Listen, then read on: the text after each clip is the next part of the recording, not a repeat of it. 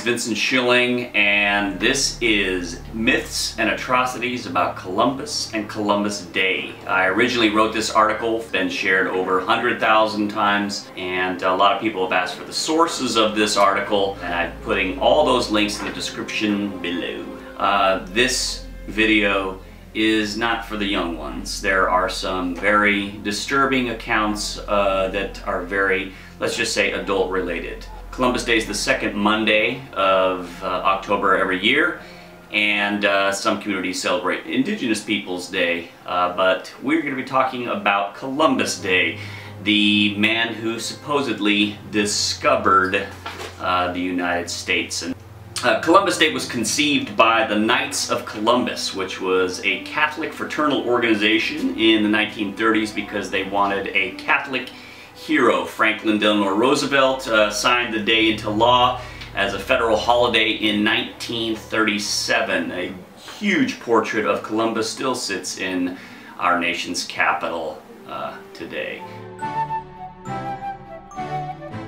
On the way, Columbus stole a sailor's reward. So after obtaining funding for his explorations to reach Asia, Columbus offered his fellow sailors that if they were to be the first ones to discover any sort of land on their journey that was funded by King Ferdinand and Queen Isabella, he would offer them a huge reward, and this amount was 10,000 maravedis, which is about $540, and at that time was about a year's salary for a sailor. When another sailor saw the land in October of 1492, Columbus retracted the reward and said, no, the last evening I saw a dim light in the west, and therefore you don't get your reward, it goes to me. So the sailor didn't get it, even though Columbus said whoever finds it first will get that reward, and Columbus essentially took it back.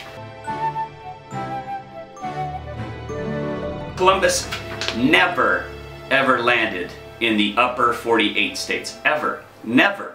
Never. Ever. Never made it anywhere above Florida. Ever. Never even went even into Florida or anywhere else. Columbus quite literally landed what we now know as the Bahamas, and later Hispaniola, present-day Haiti, and the Dominican Republic.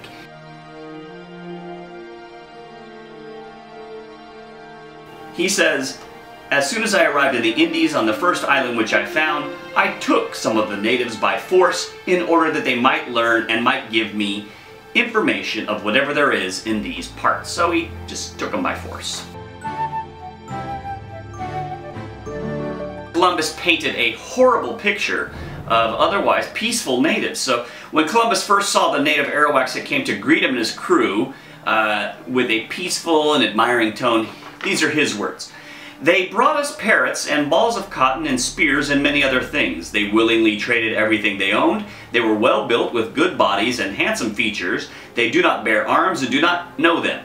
For I showed them a sword. They took it by the edge and cut themselves out of ignorance. They have no iron. Their spears are made of cane. They would make fine servants. With 50 men we could subjugate them all and make them do whatever we want. So after several months of being there, Columbus's writings changed a little bit in order to appease those he was trying to, let's just say, they're funding his trip, so he's got to make it sound good for him. So he says, after several months being there, 2 natives were murdered during trading. So Columbus, who had otherwise described the natives as gentle people, wrote, they are evil. I believe they are from the island of Caribe, that they eat men. He also described them as savage cannibals with dog-like noses that drink the blood of their victims. And this is still taught in schools today.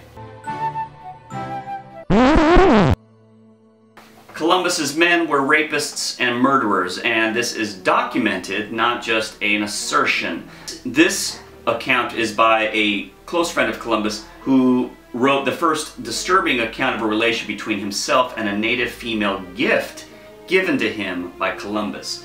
When I was in the boat, I captured a very beautiful Carib woman, whom the said Lord Admiral gave to me, and with whom, having taken her into my cabin, she being naked according to their custom, I conceived desire to take pleasure. I wanted to put my desire into execution, but she did not want it, and treated me with her fingernails in such a manner that I wished I had never begun. But seeing that, to tell you the end of it all, I took a rope and thrashed her well, for which she raised such unheard of screams that you would not have believed your ears. Finally we came to an agreement in such a manner that I can tell you she seemed to have been brought up in a school of harlots. In addition to raping and taking the women at will, Columbus's men were also murderers, and there are several accounts by many different writings. Spaniards were testing the sharpness of their blades on native people by cutting them in half, beheading them in contests, throwing natives into vats of boiling soap, accounts of suckling infants being lifted from their mother's breasts by Spaniards, only to be dashed headfirst into large rocks.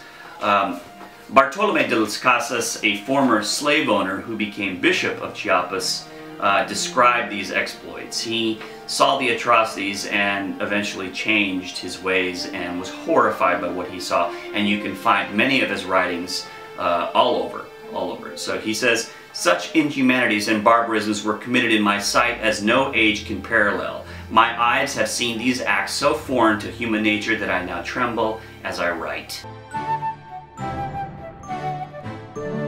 Columbus enslaved people for the pursuit of gold. So because he had told Queen Isabella and King Ferdinand that he'd be finding all this gold that he didn't find, essentially he was given 17 more ships and 1,200 men for his next expedition.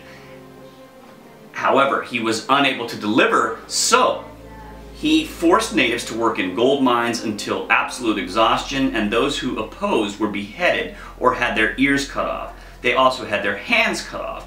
In fact, during these expeditions, all persons over age 14 had to supply at least 1 thimble of gold every 3 months and were given copper necklaces as proof of their compliance. Those who did not fulfill their obligations had their hands cut off, which were tied around their necks while they bled to death. Some 10,000 native people died without hands. In 2 years' time, 250,000 Indians on Haiti were dead. Many deaths included mass suicides or intentional poisoning, or mothers killing their babies to avoid such persecution.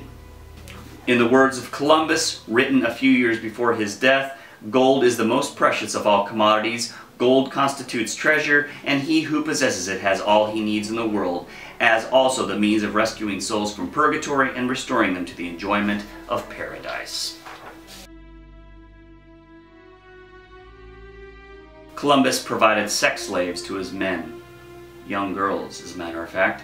In addition to putting natives to work as slaves in his gold mine, Columbus also sold sex slaves to his men, some as young as 9 years old. Columbus and his men raided villages for sex and sport. In the year 1500, Columbus wrote to a friend, "100 castellanos are as easily obtained for a woman as for a farm, and it is very general, and there are plenty of dealers who go about looking for girls. Those from 9 to 10 are now in demand."